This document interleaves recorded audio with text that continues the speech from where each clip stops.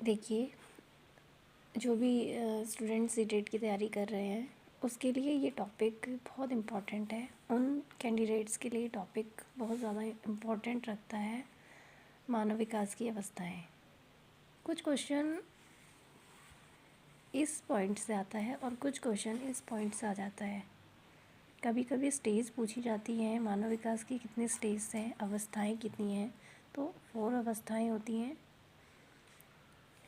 कभी कभी पूछा जाता है गर्भावस्था, शैशवावस्था, बाल्यावस्था, किशोरावस्था, युवावस्था, प्रौढ़ावस्था और वृद्धावस्था की एज पूछी जाती है। कभी कभी क्वेश्चंस आते हैं इनसे रिलेटेड, तो आप देख सकते हैं यहाँ पर मैंने कुछ अवस्थाएं बताई हैं। ह्यूमन डेवलपमेंट जो है एक इम्पॉर्टेंट चैप्टर है, इम्पॉर्टेंट टॉपिक है आपके लिए, तो आप इसको देखिए।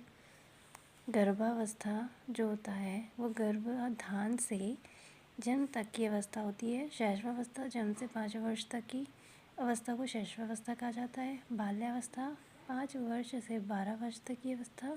किशोरावस्था 12 वर्ष से 18 वर्ष तक की अवस्था कहलाती है। युवावस्था 18 वर्ष से 25 वर्ष।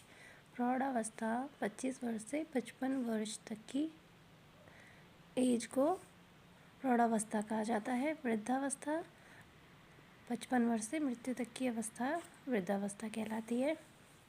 नेक्स्ट आता है मानव विकास की अन्य कुछ अवस्थाएं हैं जो विद्वानों द्वारा बताई गई हैं।